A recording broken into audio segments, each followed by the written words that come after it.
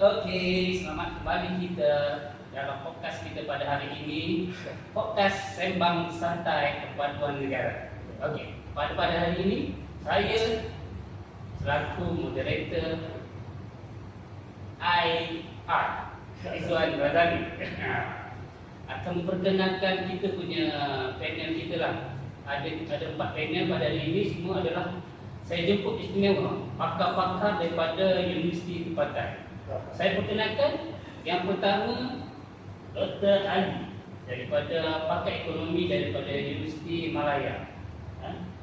Ali, Dr. Ali, jadi okey? Jadi sekolah?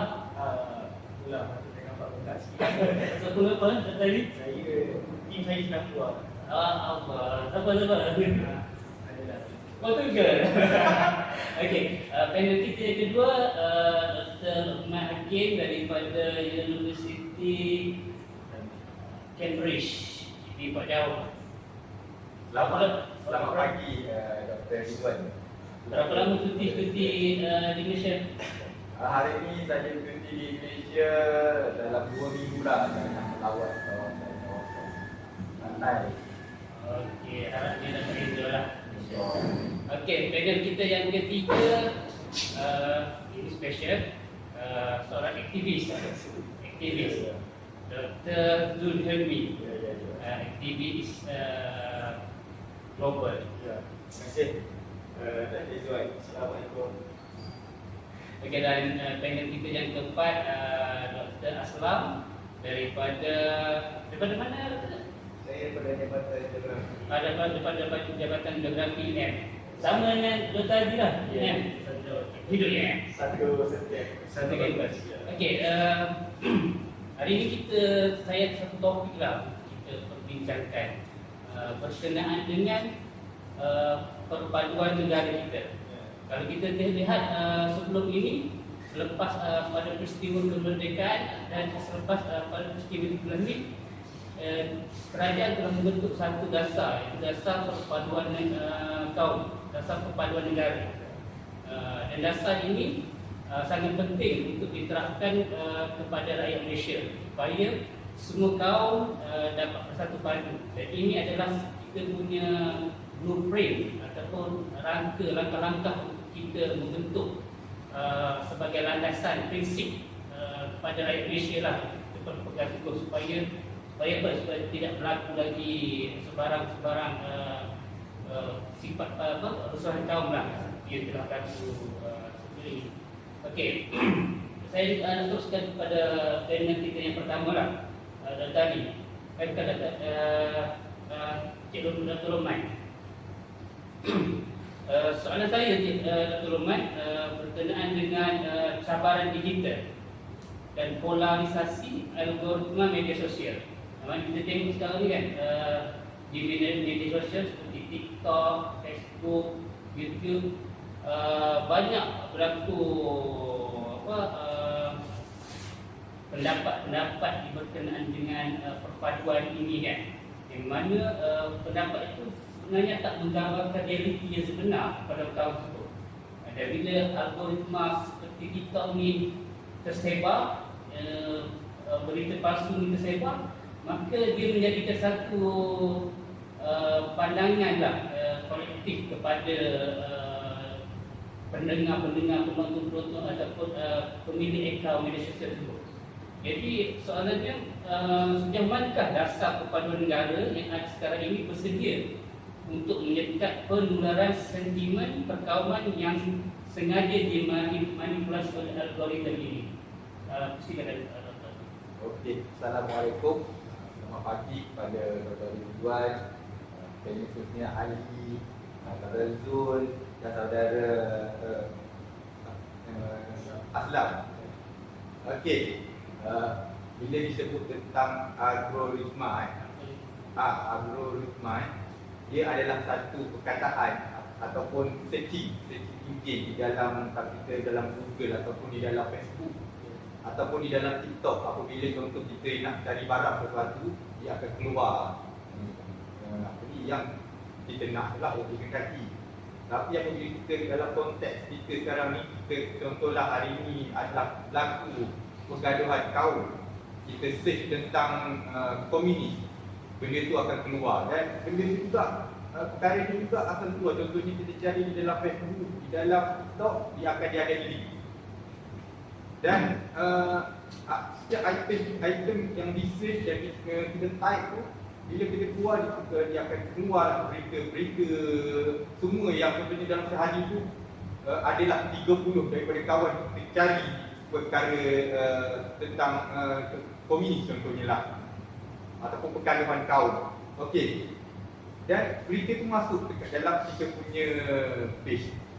Dan ini menyebabkan kalau perkara tu baik, maka yang tu baik. Tapi apabila di sebaliknya, dia akan memberikan kita tanggapan negatif. Contohlah kepada orang yang mungkin orang boleh berfikirlah secara normal, ataupun dia akan fikirlah baik buruk. Tapi apa akan jadi kalau benda ni sampai kepada orang tua? Orang tua yang orang kata tak apa yang susah kan. Dia kata ni betul lah ni ada pergaduhan kaum. Jadi contohnya ada pergaduhan kaum dekat Kuala Lumpur. Ataupun adalah anasir daripada luar yang kata sebaliknya. Dan ini menyebabkan pergaduhan lah. Jadi yang terbaik kita kena jaga lah. Sebelum ni ada isu berkenaan dengan apa? Bomba. Bomba. Adik. Di Subang Jaya. Perkara ini pun menimbulkan keresahan apabila sesuatu algoritma ataupun algoritma tu tak apa lagi apabila search, apabila dibuat naikkan status, apabila algoritma tu dibuat dan status tu semua naik, dekat TikTok naik, sampai Facebook naik. Apabila orang tak tapis dan tak baca benda ni, jadi semua pandangan sekarang ni apabila kita pun tak boleh nak elak kan, sebab semua orang boleh memberi pandangan. Dan contohnya Aslam, Zul ada pandangan dia, Ali ada pandangan dia. Tapi apabila kita dah kumpulkan algoritma perkara yang tak baik, jadi semua baca yang tak baik. Betul kan? Okay. Kita tengok kan, pengguna media sosial ni banyak daripada kalangan remaja ke budak. Jadi macam mana dari segi perpaduan itu kita mencegah lah Dasar paduan segi. Okey, kalau dari segi negara, kita ada Akta Komunikasi 1998 di mana kerajaan telah menetapkan yang terbaru berkenaan 3A.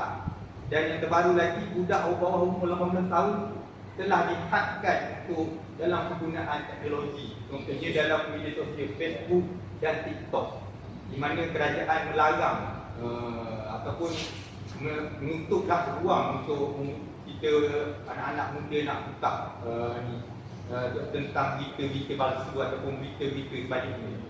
Dan ini orang kata langkah terbaik. Sebagai ibu bapa boleh setkan, contohnya di dalam internet itu adalah kalau kita rumah kita ada model kan, kita boleh set DNS, kita boleh sekat lah. Tapi kalau untuk kerajaan hanya boleh letakkan undang-undang jika ada kanak-kanak yang buka tu kita boleh tak lah, atau kita boleh adakan juga kan. Maksudnya sekarang ni kerajaan telah menyediakan pelbagai inisiatif lah menghalang perkara yang boleh menyebabkan perpaduan negara kita ini terpudak.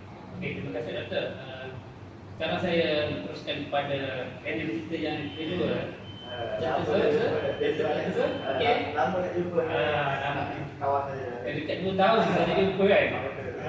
Dan kali kita jumpa waktu bila? Waktu di kedai mamak tengok bola. Baru semalam. Okey, Dr. Zul. Sekarang ni saya cuba berkenaan dengan globalisasi. Globalisasi ini di mana-mana negara tak boleh dihalang.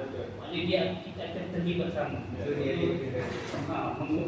Menghadapi terutama bila ada ledakan digital, teknologi, sekarang ni lagi lah dengan AI kan.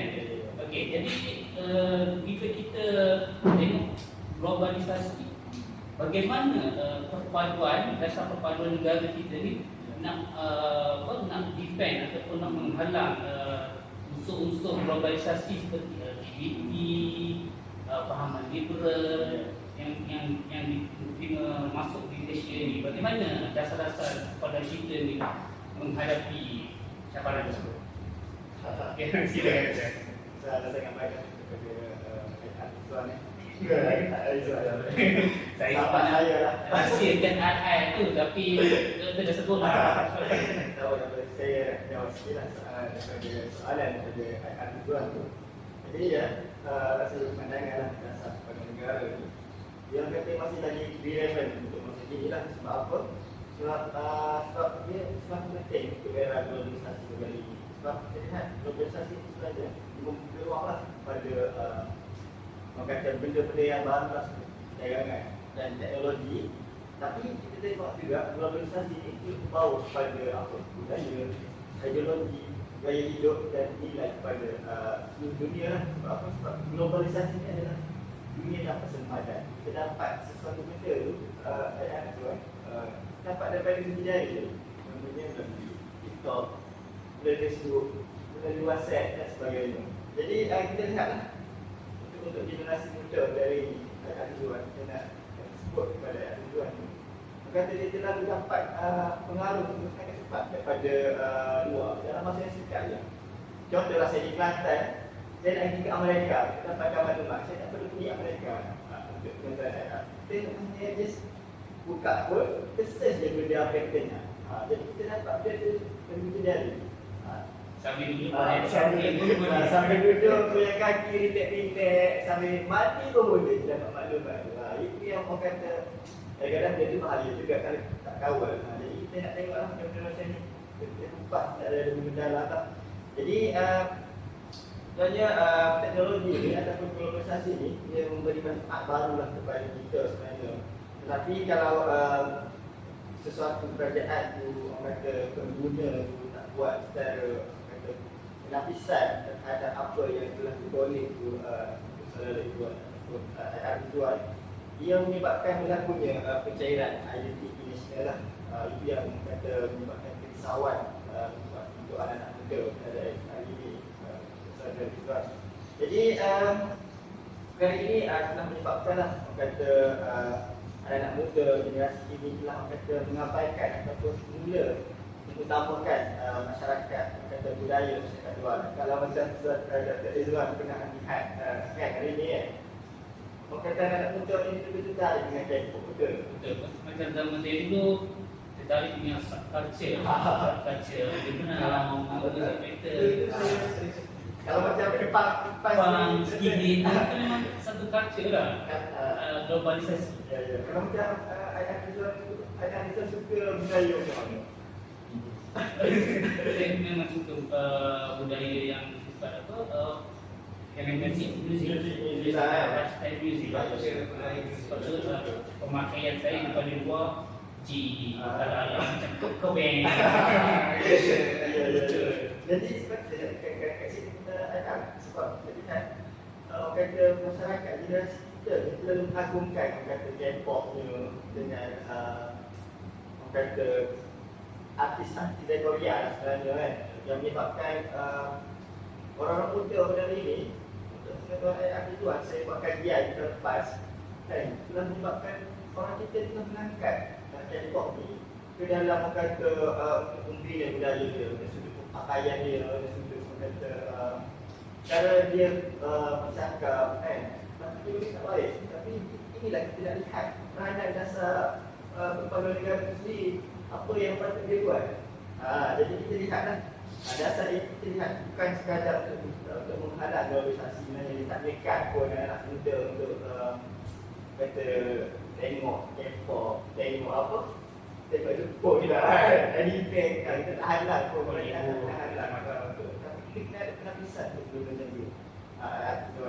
Jadi kita lihatlah dasar perpaduan negara ni sebab ni memainkan peranan penting untuk membangunkan identiti nasional tu yang sangat kuat untuk berkempen untuk kita sama-sama untuk menjaga warisan budaya kita, untuk saling menghormati kaum-kaum yang ada di negara kita dan untuk kita hidup secara bersamalah dengan masyarakat majmuk dan apa yang kata lain kita boleh menjadi rakyat global tapi tak berpegang kepada nilai Malaysia yang saya sebut tadi lah, yang kita tak terikat mana-mana anak-anak muda untuk terus lihat drama dan sebagainya, tapi kita kena ada satu penapisan untuk kita terus kekalkan warisan atau budaya kita ada. Itu apa yang saya tahu sekarang. Maksud di sini secara rumusan ni, apa yang saya faham lah, globalisasi memang kita tak boleh tolak lah, yang termasuk, tapi bagaimana cara kita lah handle semua ini dari segi individu dan juga peranan kerajaan itu sendiri lah. Dan saya rasa sekarang ini kerajaan tu banyak buat campaign atau dasar-dasar, contoh macam kita nak berjalan TV sendiri pun dia ada penapisan, dia ada tinas ada tinas. Okey, terima kasih Dr. Sekarang ni kita dah panas ni, masa yang kita panas, kita nak pergi pada topik ekonomi. Betul ni? Ya tadi. Saya nak tengok ni perpaduan negara ni dari aspek cabaran ekonomi dia. Selepas jurang pandemik COVID-19, terdapat jurang dari segi ekonomi berlaku, di mana lepas pandemik ada yang jatuh miskin, kurang duit, dan itu menyebabkan jurang ekonomi itu semakin tinggi. Jadi soalan saya, adakah dasar perpaduan negara yang ada sekarang ini sekadar menjadi retorik yang seketat, kerana dia tak menyentuh akar kunci isu ketidakadilan ekonomi itu? Apa pandangan doktor? Terima kasih kepada Ibat dan melanjutkan podcast pembicaraan ini hari ini. Okey, soalan dia saya check pada soalan terus Okey, Ibat cakap katakan adakah dasar perpaduan ini membantu dari segi keseramataan ekonomi antara kaum untuk perpaduan itu? Okey, kita tengok waktu zaman COVID-19, benda tu kita tak boleh nak elak. Benda tu sebab kita pun tak jaga benda tu jadi. Okay. So benda itulah yang menyebabkan ekonomi negara ni jatuh, ramai rakyat telah kehilangan kerja. So sumber pendapatan pada waktu itu pun sebut dia tidak seberapa baiklah seperti zaman-zaman sebelum ni. Dia pada waktu itu adalah seperti sampai orang kata kalau dah kerajaan hukum ni macam harga minyak dah naik terlampau tinggi sampai tak boleh nak buat apa dah waktu tu. Sebab COVID-19 itulah. Sebab semua tidak boleh keluar daripada rumah, semua takut kena kepada penyakit tu. Itulah menyebabkan pergerakan ekonomi tu dia tidak berlaku lah pada ketika itu. Sebab pada ketika itu hanya kerja-kerja di atas talian sahaja. Jadi import ekspor tidak berjalan pada ketika itu. Okay. Sebagai itu, setelah COVID-19 habis, setelah rakyat juga boleh keluar, boleh kerja seperti biasa, tetapi benda tu mengambil masa lah. Benda tu lah yang dibuat gap antara kaum dari India dari segi ekonomi tu. Dikata macam ada jurang lah gap di antara tiga kaum tersebut. Okay. Jadi kalau nak cakap pendapat saya lah, adakah dasar perpaduan negara ini untuk meratakan ekonomi antara kaum ini? Saya kata benda tu bukan hanya sekadar untuk mencantikkan kertas kecil mereka saja, tapi benda tu adalah satu inisiatif yang telah dilakukan sekian lama lah. Tengok contoh, kita tengok tahun 1971 dasar ekonomi baru. Itu adalah salah satu inisiatif yang saya rasa yang paling penting lah yang dibuat oleh Tun Abdul Razak setelah berlakunya peristiwa 13 Mei disebabkan oleh isu ekonomi juga usaha kaum ni. Dari situ kita telah belajar bahawa dasar perpaduan ini adalah amat penting dalam menyatukan kaum. Betul, dalam kerajaan telah beri pelbagai inisiatif lah, ada bantuan, ada kuota-kuota yang dihaskan. Tentunya masyarakat di kawasan luar bandar juga mempunyai kelebihan daripada masyarakat bandar timur. Contoh kewangan. Malah diorang pun boleh ada di-providekan suntikan modal untuk buat bisnes, untuk diorang naikkan balik ekonomi masing-masing. Okay. Ini pun juga macam kerajaan juga daripada nak tingkatkan ekonomi, terutamanya masyarakat Melayu sendirilah, untuk anak tempatan, dia providekan untuk sambung belajar. So dengan sambung belajar tu, diorang boleh ubahlah kehidupan korang masing-masing. So macam seperti macam cakap tadi, dia hanyalah sekadar retorik sahaja. Bagi pandangan saya, bukan sekadar retorik lah, sebab kerajaan telah laksanakan benda tu awal lagi, sebelum pandemik lagi. Okay, dia starting daripada saya cakap tadi lah, dasar ekonomi 2021, dan benda tu berterusan lah dengan dasar-dasar yang baru. Ini kita nafikan memang kerajaan sentiasa membantu semua kaum, semua kaum, tidak memilih kaum. Dia cuma masalahnya sekarang dia ada sikap orang yang menjalankan dasar itu yang tidak telus lah. Ada isu dia kabel, accountability. Saya setuju namanya. Sistem tu dah okey, dia dah perfect. Cuma pelaksanaan dia, pembawaan. Terima kasih lah penjelasan daripada Dr. Ali. Saya nak teruskan kita punya perbincangan ini kepada kita punya panel yang keempat lah. Dr. Aslam. Okey, Dr. Aslam. Dr. Aslam punya komen cakap apa? Sebetulnya saya memang sangat-sangat tertarik dengan permainan yang dimainkan oleh pasukan Jerman. Kerana pasukan Jerman ini kalau kita lihat dari sudut sejarahnya sendiri, dia terpecah pada dua. Sebelum tu kan, Jerman Barat dan Jerman. Jadi saya lihat Jerman ada satu ideologi yang menarik dari segi permainan bola sepak. Jadi saya Jerman. Tapi pada kali ini dia masih di awal. Bila Dr. kata ada Jerman Barat dan Jerman, soalan saya, saya nak kaitkan dengan perpaduan cabaran dasar perpaduan negara itu di bandar dan luar bandar. Jerman Barat, Jerman Timur kan? Dua bandar dan luar bandar. Okey, sekian Dr. Soalan saya, jangan baca lah kali ini. Jurang digital dan infrastruktur antara bandar dan luar bandar mewujudkan jurang maklumat. Jadi adakah dasar perpaduan semasa berjaya merapatkan pemikiran kedua-dua kelompok penduduk ini? Atau adakah kita sebenarnya sedang melihat dua Malaysia yang berbeza dari segi naratif perpaduan? Okey, sila. Saudara Ayah, terima kasih atas soalan saudara dan terima kasih juga atas sambutan terhadap podcast ni. Saya dapat tahu bahawa podcast ni menerima tontonan sebanyak 2.3 juta penonton. Jadi ini saya rasa satu kegembiraan. Sebenarnya podcast ni yang dilibat penonton ramai dalam panel kita. Kita yang terbaik. Saya sangat gembira lah bila dijemput dan berada di negara yang terbaik lah dalam kalangan di negara Malaysia ni. Okey, berbalik kepada soalan yang diajukan kepada saya, yang diajukan oleh saudara Aika, yang mana melihat cabaran geografi. Saya sejujurnya saya memang berpekaran lah dalam bidang geografi ini kerana saya menuntut di Istimewa dalam kursus geografi itu sendiri. Yang mana kita lihat cabaran geografi pada masa ini terlihat sangat besar jurang dia antara kawasan bandar dan luar bandar tu. Jadi yang pertama kita kena lihat apa maksud jurang itu sendiri. Jurang ni kita lihat